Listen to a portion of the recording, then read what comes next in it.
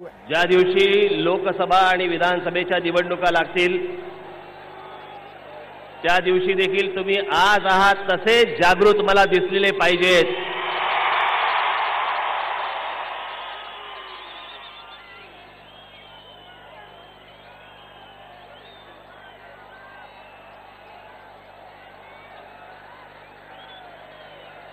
महाराष्ट्राच्या दौऱ्याचा हा दुसरा टप्पा माझा आज सोलापूर पासून सुरू होतोय.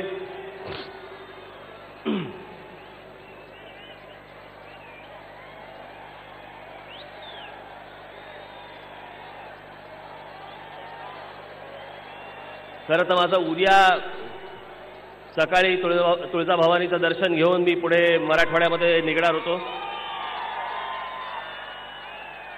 पण मी आजच सकाळी घेतलं की दुसरा टप्पा आमच्या तुळजाभवानीचं दर्शन घेऊन दुसरा टप्पा महाराष्ट्राचा सुरू करावा. म्हणून मी आज सकाळी दर्शन घ्यायला गेलो. या महाराष्ट्रावरचं दुष्काळाचं सावट दूर करो ही प्रार्थना केली.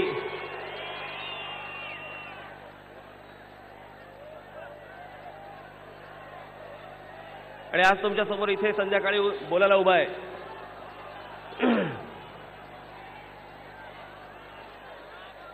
कोल्हापूरला जे मी आपल्याला सांगितलं तेच आज सोलापूरला सांगतोय. मला कल्पना आहे इथे उभं राहायला देखील जागा नाहीये, परंतु आपण जर सर्वजण शांत बसलात, उभे राहिलात, तर मी आपल्याशी व्यवस्थित नीट संवाद साधू शकेन. अनेक गोष्टी मला आपल्याशी बोलता येतील.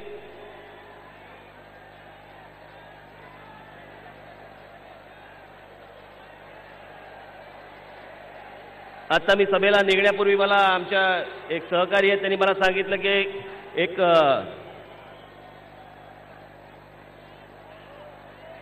टेलर भेटायला आला होता मला आता.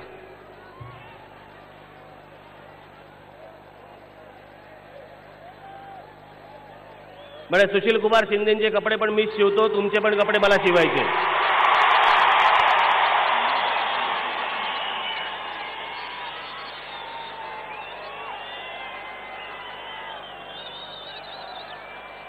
याला सोलापुरात आल्यावरती माप काढायची चांगली पद्धत आहे.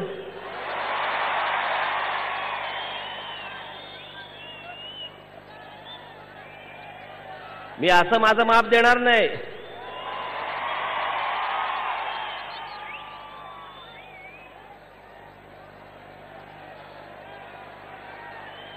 बरं, कशावर त्यांचेही कपडे शिवतो?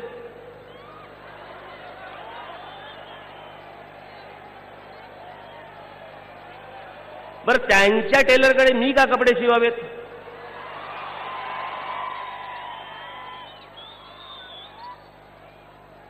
मीही तसाच नाही का होणार बिनकामाचा?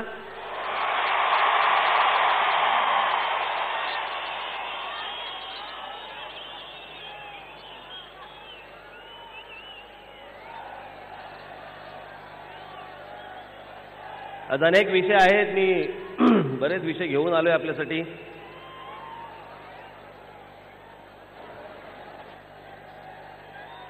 पण टप्प्याटप्प्याने येणार पुढे. एका वेळेला पोतडीतनं एकच काढणार, दाखवणार, मग बाजूला दुसरं घालणार, आज घालणार, परत दुसरं बाहेर काढणार, मग ते दाखवणार. सगळं एकदम भास्कन दाखवणार नाही.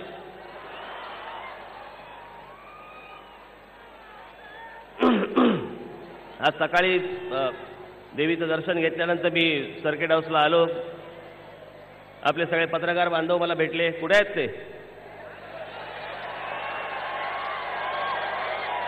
हे नाही, हे चॅनलचे पत्रकार. कोण? इथे आहेत.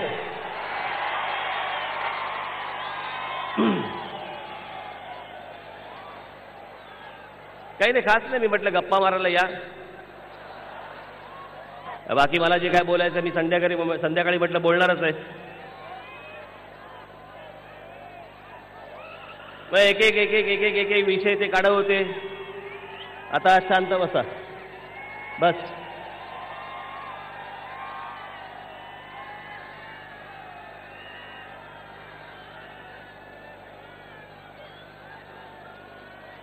आणि मग त्यांनी मला सांगितलं की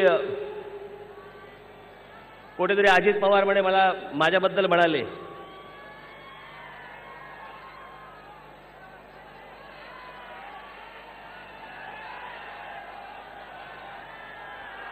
मी काही करू शकत नाही,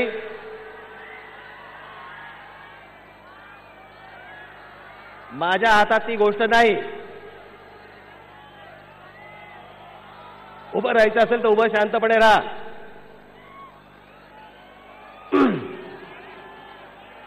ऐकू येत नसेल तर घरी टेलिव्हिजनवरती चालू असेल तिकडे जाऊन बघा. आता मला बिलकुल आवाज नको इकडनं.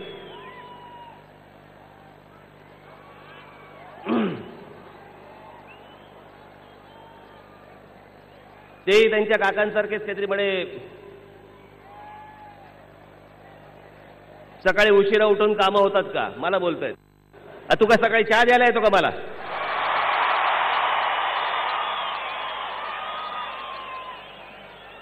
कोणाचं कधी उठतंय तुला काय करायचंय?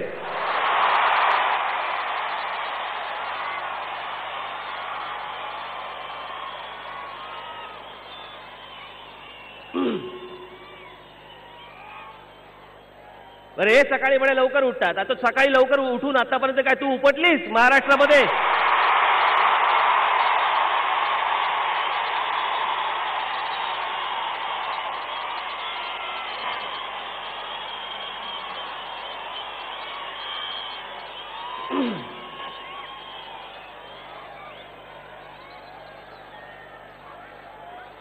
यांना बरोबर यांना झोपा लागत नाहीत. सतत पैशाचे व्यवहार करत बसायचे. लागेल कशी झोप? करोडो हजारो कोटी रुपये लपवायचे कुठे लपवायचे कुठे याच्यात झोप उडाली.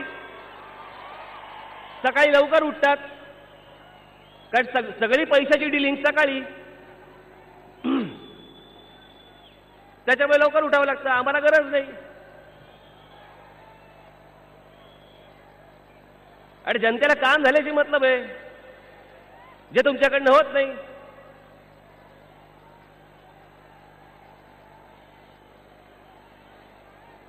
काय करायचं काय अजित पवारांचं? मध्ये मोठं बंड केलं, राजीनामा देईन. मग काकांनी डोळे वटारले. मग मागे हात बांधून दाती तृण घेऊन समोर उभे राहिले. काका मला माफ करा.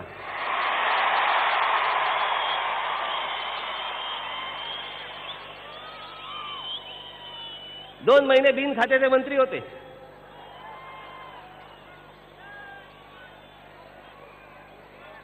तो माफीनाम्याचा काय प्रकार होता आम्हाला पण माहिती आहे. कशी माफी मागितली, शरद पवार साहेब कसे चिडले. पहिल्यांदा मोठा बंड केलं. आमदार बिमदार सगळे पाठीशी येतील.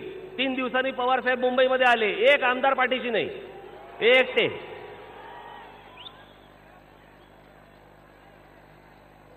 बरं घरच्यांच्या जीवावरती जगण्याचं एक वय असतं, नंतर स्वतःच्या जीवावरती जगायचं असतं. वय वर्ष 50-52 झाले तरी काकांच्या जीवावर जगतोय अजून.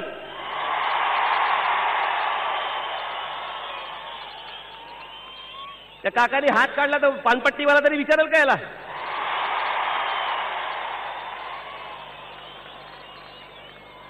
पहिलं कसं रुबाबात असायचं, रुबाबात.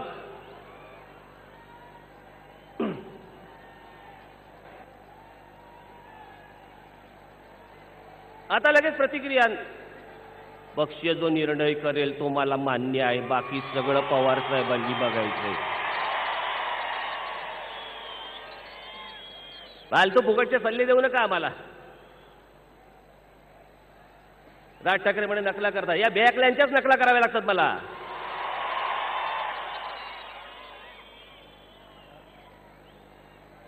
आणि तुमच्यापर्यंत पोहोचणं हे मी कसं पोहोचवीन हा माझा प्रश्न आहे. तुम्हाला जर पोहोचवता येत नाही, तुम्हाला जर बोलता येत नाही, तर मी काय करू? मला काहीच नाही करता येणार.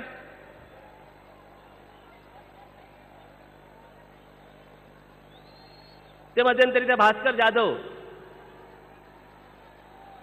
ते कोणत्या आमदार त्यांचे राष्ट्रवादी, त्याचं लग्न मुलाचं लग्न विघ्न झालं. शाही थाटामध्ये लग्न विघ्न केलं.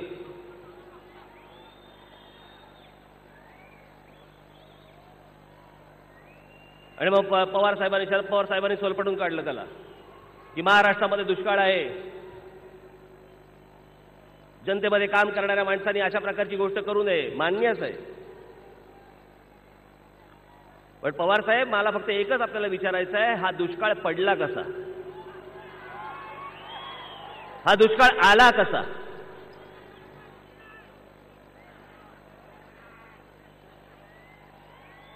हे पाटबंधारे खाते आणि इतर सगळी खाती ही तुमच्याच पुतण्याच्या हातामध्ये इतकी वर्ष आहेत. त्याच्यानंतर हा दुष्काळ पडला कसा? महाराष्ट्राचे 70 ते 80 हजार कोटी रुपये गेले कुठे?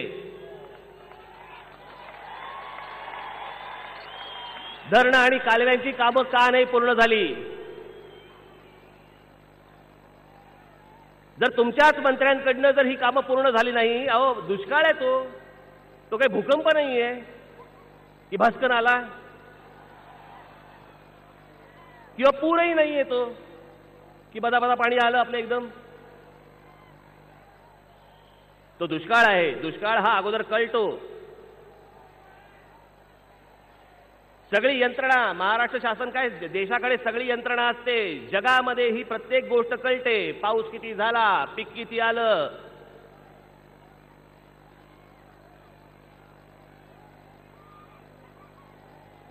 मी एक मध्यंतरी फार लेख वाचत होतो. एक छान लेख आहे, त्याच्यामध्ये अप्रतिम वाक्य आहे की भूकंप आणि पूर हे आवाज कर देतात, गडगडाट कडकडाट कर देतात.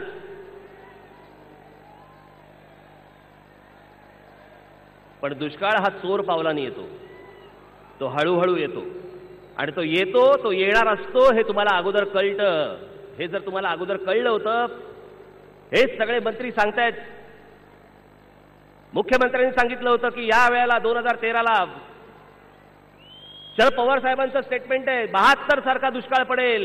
कल्पना आली होती ना, कल्पना होती ना, मग का ना नियोजन झालं? का महाराष्ट्र नियोजनात कमी पडला? आजची परिस्थिती आहे, आजची परिस्थिती महाराष्ट्रामध्ये साधारणपणे 44,000 गावं आहेत. त्याच्यापैकी आज फेब्रुवारी महिन्यामध्ये जवळपास 6,000 गावं दुष्काळग्रस्त आहेत. मार्चमध्ये आकडा वाढणार, मे मध्ये आकडा वाढणार, जूनमध्ये पाऊस पडला नाही तर अजून आकडा वाढणार, स्थलांतरितांचं प्रमाण वाढणार, गावाच्या गावं तांडेच्या तांडे बाहेर पडणार. कोण कुठची काय गोष्ट करतोय कोणालाच माहिती नाही.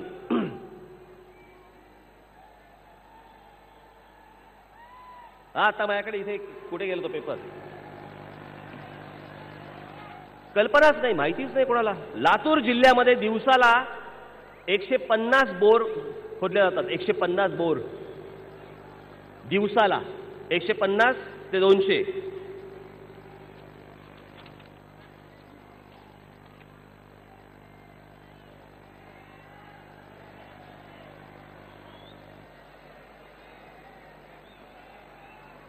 त्याची महिन्याला जर आकडेवारी पाहिली तर जवळपास 4,000 बोर जिल्ह्यामध्ये, फक्त लातूर जिल्ह्यामध्ये होतात. हे जमिनीतलं पाणी सगळं बाहेर काढलं जातंय. किती फूट खाली चाललेत? 1000 फूट खाली चाललेत, 800 फूट खाली चाललेत, 1200 फूट खाली चाललेत पाणी शोधायला. हा पाण्याचा उपसा जर वाढत गेला, भविष्यात तर पाणी जमिनीत सापडणार पण नाही, पण याच्यावरती नियंत्रणही कोणाचं नाही. आणि हे कुठून होतंय? वर्तमानपत्र कोणतं? हे सांगताय कोण? हे बोलताय कोण? शरद पवार साहेबांचा सकाळ नावाचं दैनिक आहे, त्याच्यामधला हा रिपोर्ट आहे, त्यातलाच रिपोर्ट आहे. आणि ह्यातला सगळ्यात महत्त्वाचा भाग, महिन्याची आकडेवारी पाहिली तर 4,000वर बोर जिल्ह्यात घेतले जात आहेत. जिल्ह्यात असलेल्या 70 मशीनपैकी केवळ 15 मशीन या लातूर जिल्ह्यातील व्यावसायिकांच्या आहेत. उर्वरित मशीन्स तामिळनाडूतून आलेले आहेत. येथील मशीन चालक जिल्ह्यात तळ ठोकून आहेत. रात्रंदिवस ते बोर घेऊन पैसा कमवत आहेत. लातूर जिल्ह्यात पाण्यासाठी खर्च होणारा हा बहुतांशी पैसा हा तामिळनाडूमध्ये जात आहे. म्हणजे आमच्याकडे एक तर पाणी नाही, आमच्याकडे नियोजन नाही, आमच्याकडे बोर घेतले जात नाहीत. बोर घेतले तर ते घ्यायला येणारे तामिळनाडूमधले लोक आहेत. आणि जो पैसा खर्च होतोय प्रत्येक बोरला, तो तामिळनाडूमध्ये जातोय, म्हणजे आमच्या इथल्या लोकांनाही ते पैसे मिळत नाहीयेत. नियोजन कोणाचं, लक्ष कोणाचं आहे याच्याकडे, पाहतंय कोण? कोणीच नाही, कोणीही पाहत नाही, कोणाला पाहावंसही वाटत नाही या सगळ्या गोष्टींमध्ये. आणि आकडेवारी बघा या लोकांनी दिलेली, ह्यात आत्ता ही आकडेवारी समोर जी येते, महाराष्ट्र राज्य ग्रामीण रोजगार हमी योजनेखाली एकूण 16,286 कामे सुरू असून या कामावर 1,34,161 मजूर काम करीत आहेत. राज्यात आतापर्यंत 420 जनावरांच्या छावण्या उघडण्यात आल्या असून या 3,82,607 या चारा वितरणासाठी, फक्त चारा वितरणासाठी 684 कोटी 29 लाख एवढा निधी वितरित करण्यात आला आहे. मी आपल्याला का वाचून दाखवलं? हे आपल्याला कशासाठी वाचून दाखवलं? एवढ्यासाठीच वाचून दाखवलं की सिंचनावरती आतापर्यंत 70,000 कोटी रुपये खर्च केले. 70,000 कोटीच्या वरती. त्याचं काय झालं माहिती नाही. आणि आज दुष्काळ आलाय, प्रत्येक ठिकाणी हे 600 आणि 800 कोटी रुपये आज त्याच्यावरती वाटले जात आहेत. त्याच्यात पण भ्रष्टाचार. यांना लाज वाटत नाही, यांना शरम वाटत नाही. आणि याचं एकमेव कारण ती गोष्ट निघून गेली की आम्ही सगळं विसरून जातो. आम्हाला त्याचं काही वाटतच नाही. उद्या पाऊस पडला, सगळ्या गोष्टी व्यवस्थित परत झाल्या, विसरले सगळे. परत पुढच्या वर्षी दुष्काळ आला की परत सगळ्या गोष्टी सुरू. परत आम्हाला राग येतो, सगळ्या गोष्टी होतात. परत जून जुलै महिना आला की परत या सगळ्या गोष्टी विसरून जातो आम्ही. निवडणुकीच्या वेळेला तर सगळ्या गोष्टी विसरल्याच जातात. पण याच्यावरती हे काय काय करतायत? जनावरांच्या छावण्या उभ्या करतायत, त्याच्यासाठी करोडो रुपये जात आहेत आणि खोटी जनावरं दाखवली जात आहेत पेपरवरती आणि तेवढे पैसे खाल्ले जात आहेत. ते जनावरांनाही मिळत नाहीत. खोटी जनावरं सांगताय तुम्ही आणि त्याच्यावरती मधले दलाल भडवे सगळेजण मधल्यामध्ये पैसे खाऊन वेगळे होणार. आम्हाला रागच नाही या गोष्टींचा. जे लहानपणापासून जे काही वासरू, जे काही पिल्लू आम्ही पाळलंय घरामध्ये, प्रत्येक शेतकऱ्याला काय वाटत असेल? माझ्या स्वतःच्या घरी 6 कुत्रे आहेत. मी विनोदाने सांगत नाही, मला माहिती ते काय काय प्रेम असतं ते. आज तीच गोष्ट आपल्या घराची, आपली शेतामध्ये राबणारी आपली जनावरं, गाई बैल सगळे जे लहानपणापासून वाढवले, जे तुमच्यासाठी राबले, जे प्रत्येक घराघरामध्ये वाढले, आज फक्त माझ्याकडे पाणी नाही, मी त्याला चारा देऊ शकत नाही, म्हणून तेच माझं पोर, तेच माझं जनावर मला सोडून द्यावं लागतंय. आणि ते सोडून दिल्यावरती कुठेतरी खाटीक पकडतोय आणि त्याला कापून टाकतोय. तेच माझं मूल, जे मी लहानपणापासून वाढवलं, जेवढं मोठं केलं, आणि मोठं केल्यावरती आज यांच्या नादानपणामुळे मला त्याला पाणी देता येत नाही, चारा देता येत नाही, मारून टाकावे लागतात. आणि ह्यांची शेती बघा, प्रत्येकाची या मंत्र्या-संत्र्यांच्या शेती बघा, सगळ्या हिरव्यागार, यांच्याकडे व्यवस्थित पाणी, यांच्याकडे सगळ्या गोष्टी. महाराष्ट्रात पाणी नाही. महाराष्ट्रात जनावरांना चारा नाही. आणि आमच्या लोकांना काही देणं घेणंच नाही. हे आमचे इथे आज गृहमंत्री देशाचे काही नाही. हे राजकारणातले शशी कपूर आहेत, ते हॅपी गो लकी, आपलं काय चाललंय चालू देत, काही पडलीच नाही. मला कल्पना आहे, वयाने ज्येष्ठ आहेत, माझ्या काकांचे, माझ्या वडिलांचे ते मित्र आहेत, हे एका बाजूला. पण आज सोलापूर आणि महाराष्ट्राचं चित्र काय दिसतंय? आज केंद्रामध्ये गेलात, गेली 20, 25, 30 वर्ष, 35 वर्ष एकच वाक्य ऐकतोय, एक वाक्य, दुसरं काही नाही. काही विचारा. एका पट्टेवाल्याला एका सब इन्स्पेक्टर बनवला, सब इन्स्पेक्टरला गृहमंत्री बनवला, आणि गृहमंत्री बनवल्यानंतर मग आमच्या सोनिया मॅडमने मला आता इतकं मोठं पद दिलेलं आहे. पण जो पक्षाध्यक्ष बदलतो त्याच्या नावाने एकच वाक्य चालू. शिंदे साहेब, आज दिल्लीमध्ये तिकडे बलात्कार झाला, त्या मुलीच्या बलात्कार करणाऱ्या लोकांना अजूनपर्यंत पकडलं नाही. एक पट्टेवाला होतो आणि त्याच्यानंतर मग मी सब इन्स्पेक्टर झालो. अरे विचारला काय प्रश्न, उत्तर काय देत आहे? बस एकच, पट्टेवाला होतो, सब इन्स्पेक्टर झालो, त्याच्यानंतर गृहमंत्री झालो, सोनिया मॅडममुळे मला हे मिळालं, इंदिरा गांधींमुळे मला ते मिळालं, राजीव गांधींमुळे मला हे मिळालं. एका दलित माणसाला एवढा मोठा केला. दलितांसाठी काय केलं?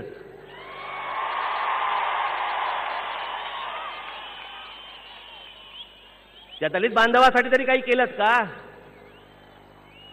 मला मगाशी कोणीतरी येऊन सांगितलं काहीतरी सोलापूर शहरामध्ये काहीतरी 20-25, खरंय का खोटं मला माहिती नाही, खरंय 20-25 फक्त सिग्नल आहेत, त्यातले फक्त 6 चालू आहेत.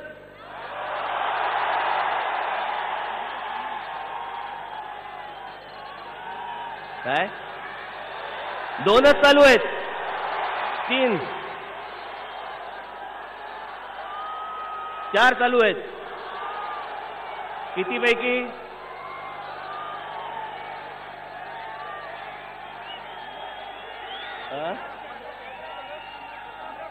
15 पैकी 4 चालू आहेत. काय काय काय शहर म्हणायचं?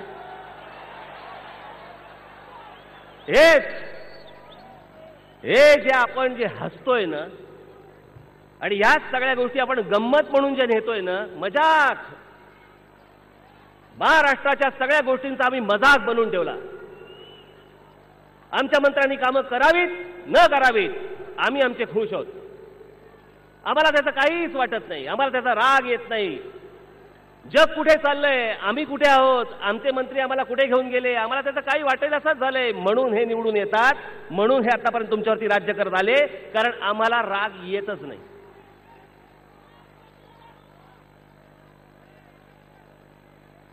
जा त्या गुजरातमध्ये, मी स्वतः ती गोष्ट पाहून आलेलो सांगतोय मी तुम्हाला. मी फक्त कुठेतरी वाचलेली गोष्ट सांगत नाहीये. मी संपूर्ण गुजरात राज्य फिरत असताना मी कच्छमध्ये गेलो, ज्याला आपण कच्छचं रण म्हणतो. आज जी मराठवाड्याची, सोलापूरची जी अवस्था आहे ही खूप बरी, कारण चांगली सुपीक जमीन तरी आहे. यांच्या नादानपणामुळे खराब होतीये, तो भाग वेगळा. पण तिथे त्या कच्छमध्ये काहीच नव्हतं. नर्मदा नदी कुठे आहे? ही नर्मदा नदी एका बाजूला, कच्छ दुसऱ्या बाजूला.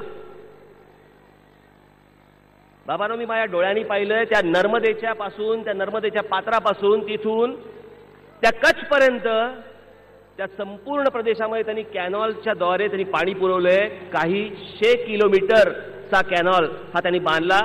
मी स्वतः तिथे गेलो, मला तिथे काही लोक भेटले. त्या लोकांनी मला सांगितलं, त्यांचा मळा होता, त्या मळ्यावरती मी गेलो. मी विचारलं, म्हटलं किती रे, जमीन किती आहे? तो बोला, माझ्याकडे आता साधारणपणे 400 एकर जमीन आहे. कच्छमध्ये बोलतोय मी, कच्छमध्ये 400 एकर जमीन आहे. मी त्याच्या आतमध्ये घरी गेलो, असंख्य फळं अशी त्यांनी टेबलावरती लावली होती. मला वाटलं मी येणार म्हणून लावली. नंतर अर्थात ती माझ्यासाठीच होती, तो भाग वेगळा. पण नंतर मला कळलं ती सर्वच्या सर्व फळं ही त्या शेतात पिकली होती. मी म्हटलं, इथे कुठून राहिले? ते बोलले, नाही, कच्छवरती आम्हाला पाणी, जे कॅनॉलमधनं पाणी आलं, आता आमच्याकडे सगळी शेती व्यवस्थित होते. म्हटलं, कुठे जातात ही फळं? ते बोलले, सगळे रिलायन्स फ्रेशला जातात. कॅनॉल नेलं, पाणी नेलं, जमीन सुपीक केली, त्यांचा माल उचलायला तिकडे इंडस्ट्री आणली. करोडो रुपये कमवतायत आज, लाखो रुपये कमवतायत तिथले शेतकरी. जिथे काही उगवत नव्हतं अशा ठिकाणी पाणी नेलं त्या माणसाने.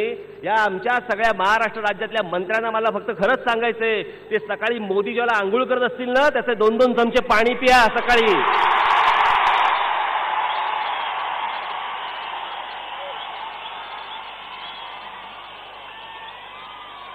नशीब मी आंघोळीतच बोललो.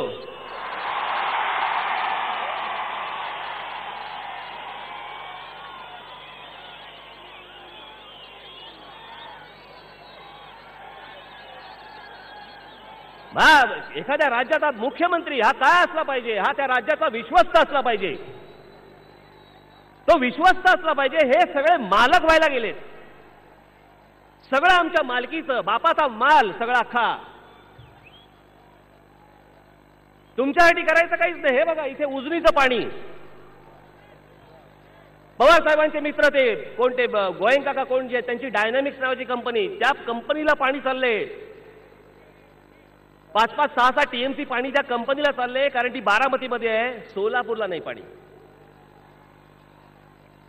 हा कुठचा भेदभाव आहे? कशासाठी भेदभाव आहे? माझ्या मतदारसंघामध्ये मी जिथे राहतो तिकडची फक्त माणसाला पाणी मिळालं पाहिजे, बाकी उर्वरित महाराष्ट्र तडफडून मेला तरी चालेल. अरे हे काय आहे? कोणतं राजकारण घेऊन बसलो आपण? हे कसलं राजकारण आहे? बाकीची राज्य बघा तुम्ही, कर्नाटक राज्य बघा तुम्ही, गुजरात राज्य बघा तुम्ही, बाकी आज बिहारमध्ये पण तिकडे पण प्रगती होते. आज आमच्या महाराष्ट्रामध्ये होतंय काय? रोज वाचायला काय मिळतंय? टेलिव्हिजनवरती बातम्या काय पाहतोय? 6 वर्षाच्या मुलीवरती बलात्कार झाला, 8 वर्षाच्या मुलीवरती बलात्कार झाला, 10 वर्षाच्या मुलीवरती बलात्कार झाला. बलात्कारांचं प्रमाण वाढतंय. हे का? याचं एकमेव कारण शासनाची भीती नाही, सरकारची भीती नाही. माझ्या हातामध्ये महाराष्ट्र राज्य देऊन बघा. मी तुम्हाला उगाच सांगत नाहीये. त्याच्यानंतर अशा प्रकारचा कुठचा जर गुन्हा झाला, पुढच्या कुठच्याही क्रिया करण्यासाठी त्याचे हातपाय देखील शिल्लक राहणार नाहीत. त्याचे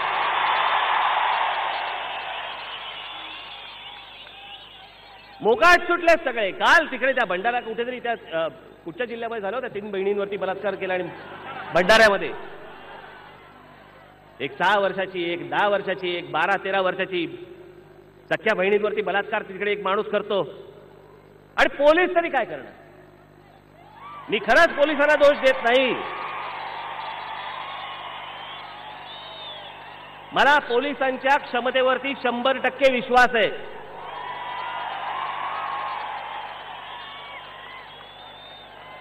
पण असा पुसाट जर गृहमंत्री आम्हाला मिळाला तर पोलीस तरी काय करतील हो?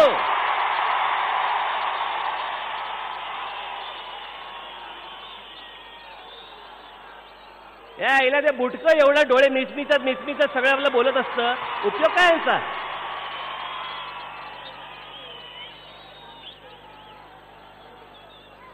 असा गृहमंत्री असतो? पोलिसांनी बरं वाटलं पाहिजे, चला रुबाबदार मस्त ताट मानेने जगणारा आमचा असा गृहमंत्री नाही. हे गृहमंत्री येऊन गेले, कुठे आहेत? हे का गेले? हे एवढंच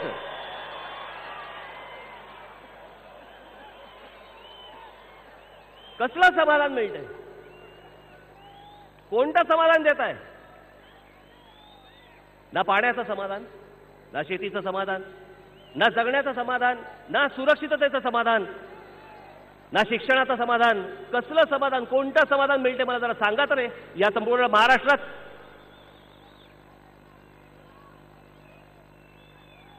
बाकी कुठच्या गोष्टी झालेल्या असतील, मला जेव्हा शिव्या हासाडाच्या त्याला मी शिव्या हासडतोच.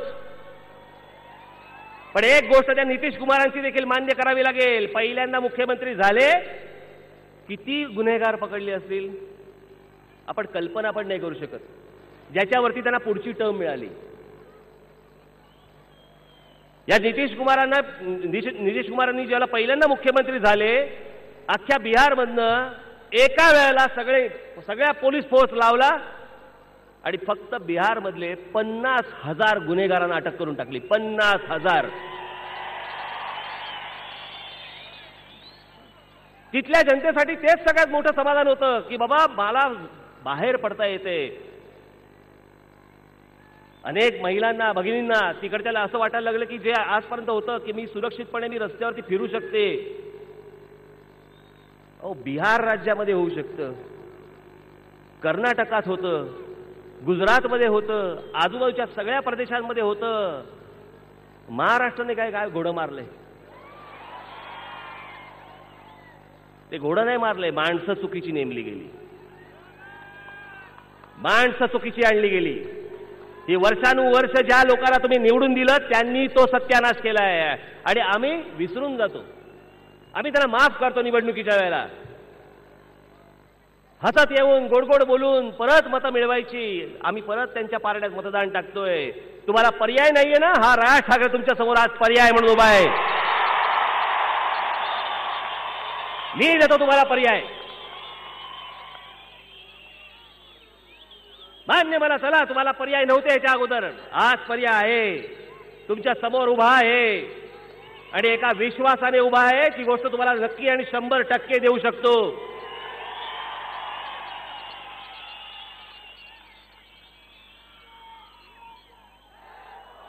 पुरुष गरोदर राहणे ही एक गोष्ट जर सोडली तर जगात अशक्य गोष्ट नाही. कोणतीही गोष्ट तुम्हाला शक्य होऊ शकते. माणूस जर चंद्रावर जाऊ शकतो, आम्ही पाणी नाही पोचवू शकत. जगामध्ये एवढी प्रगती होऊ शकते, आम्ही चांगले रस्ते नाही देऊ शकत, आम्ही चांगलं शिक्षण नाही देऊ शकत, आम्ही नोकऱ्या उभ्या नाही करू शकत. मला कल्पना आहे, आज बघा, हे आज दुष्काळामुळे जे तांडेच्या तांडे आज निघतायत जिल्ह्यांमधनं, तालुक्यांमधनं, हे कुठे जात आहेत? मुंबई, पुणा, नाशिक, ठाणा, या सगळ्या शहरांमध्ये जात आहेत. जो खरं तर ते दुर्दैवाची गोष्ट आहे की दुष्काळामुळे त्यांना त्यांचं गाव सोडायला लागतंय. पाणी मिळत नाही म्हणून त्यांना जनावरं सोडून द्यावी लागतायत, पण ते गाव सोडून त्यांना स्थलांतर करून दुसऱ्या ठिकाणी शहरात जावं लागतंय. तरीही ही शहरं तुमची हक्काची शहरं आहेत. या सगळ्या महाराष्ट्राचे तुम्ही मालक आहात. तुम्ही कुठेही जाऊ शकता आणि कुठेही राहू शकता, कुठेही जाऊ शकता, काही करू शकता.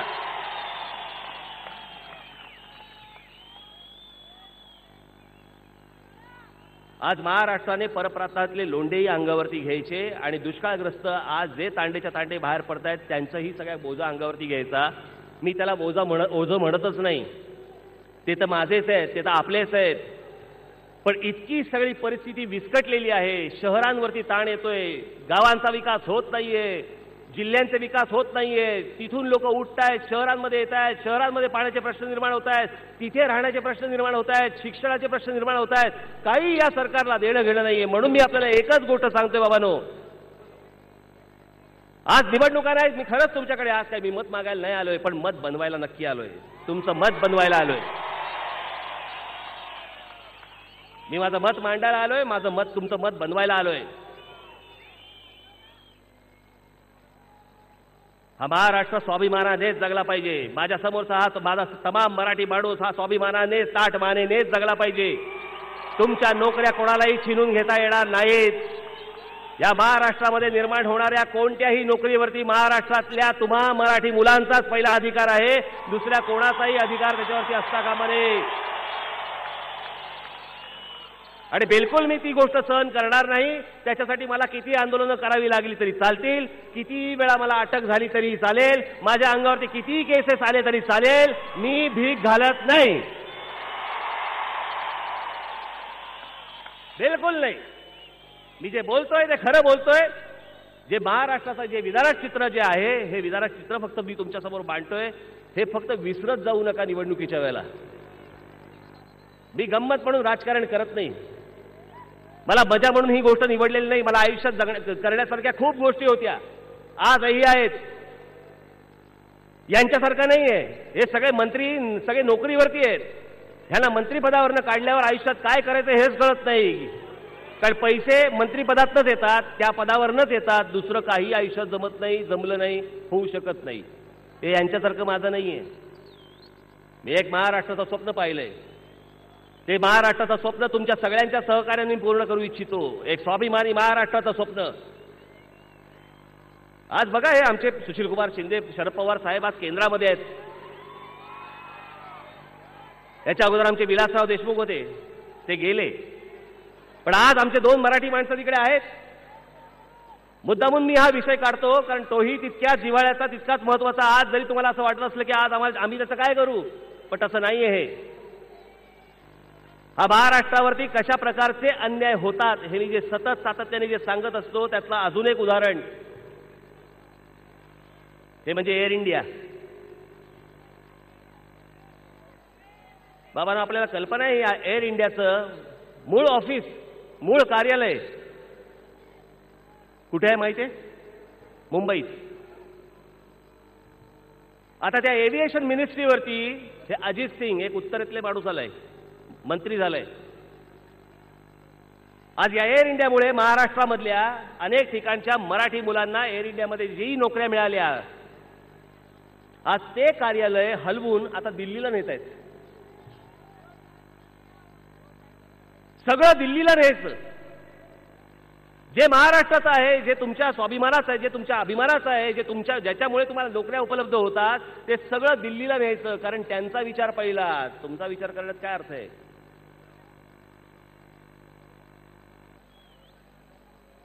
हा इथला सोलापूरचा आपला सगळा टेक्सटाईलचा भाग, याच्याबद्दल काय केलं सुशील कुमार शिंदे साहेबांनी? तरी केलं काय? आज तुम्हाला कल्पना आहे, आज सोलापूर जी कॉटन इंडस्ट्री म्हणून आपल्याकडे इतकी वर्ष चालू होती, जी सगळी बर्बाद झाली, ज्याच्याकडे कोणाला लक्ष द्यायला वेळ नाही, आज त्याच्यानंतर 2 शहरं मोठी झाली. एक लुधियाना आणि एक तिरपूर. कशी मोठी झाली? तिथल्या राज्यकर्त्यांनी युनायटेड नेशन्सचा फंड आणला. किती फंड आणला आपल्याला कल्पना आहे? हजारो कोटी रुपये आले. टेक्सटाईल पार्क उभी राहिली तिकडे, टेक्सटाईल पार्क उभी राहिली. हजारो कोटी रुपये आणले. हजारो लाखो मुलांना, तिथल्या तरुणांना आज तिकडे नोकऱ्या मिळाल्या त्या सगळ्या ह्याच्यामध्ये. आज कुठे रे तुम्ही? काय केलं आमच्या राज्यकर्त्यांनी? का नाही आमच्याकडे टेक्सटाईल पार्क आले? का नाही हा उद्योग जगवला? का नाही हा उद्योग वाढवला? कारण इच्छाच नाहीये. काय समजतायत हे लोक तुम्हाला माहिती आहे? तुम्हाला यांच्या प्रती तुमची किंमत काय माहिती आहे? मेंढर आहेत, मेंढर. निवडणुका आल्या, पैसे फेकले की आमच्या मागे येतील, हा आजपर्यंतचा समज तुम्ही जोपर्यंत खोटा ठरवत नाही, यांना ह्यांच्या घरी बसवत नाही, तोपर्यंत ह्यांचे डोळे उघडणार नाहीत. तुम्हाला गृहीत धरलेलं आहे सगळ्या लोकांनी. गृहीत करतील काय? इतकी वर्ष मतदान केलेलं आहे, अजून ह्याच्या पुढेही करतील. आम्हाला केलं, आमच्या पोरांनाही करतील, त्यांच्याही पोरांना करतील, हे करतच राहतील. हा जो त्यांचा समज आहे, हा समज जोपर्यंत तुम्ही दूर करत नाही, तोपर्यंत तुमच्या माती हेच भोग आहेत. तुम्हाला ह्याच गोष्टी भोगायला लागतील. तुमच्या पुढच्या पिढ्यांना देखील हेच भोगायला लागेल. आणि याच्यातनं जर समजा तुम्ही जागे होणार नसाल, याच्यातनं जर या सोलापुरात महाराष्ट्रामध्ये क्रांती होणार नसेल, उपयोग काय? नरडी सगळी चुकून मला काय मिळवायचंय? मला काय करायचंय?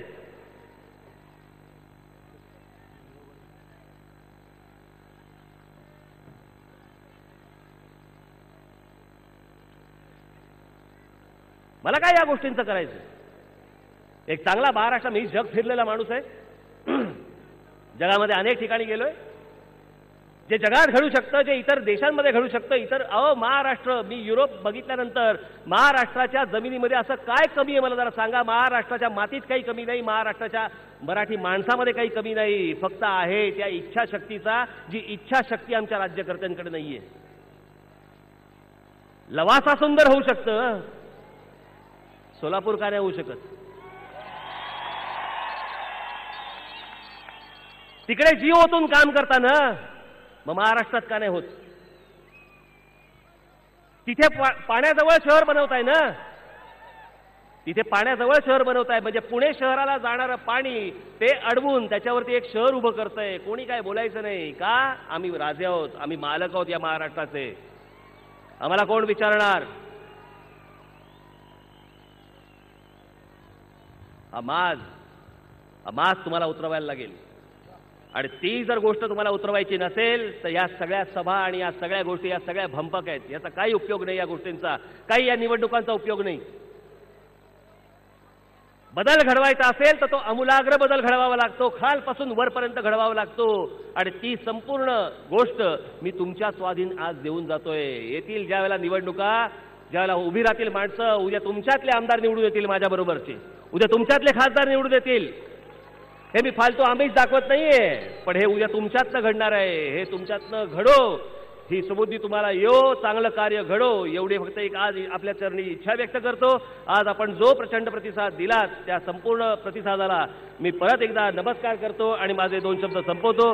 जय हिंद, जय महाराष्ट्र. Yeah.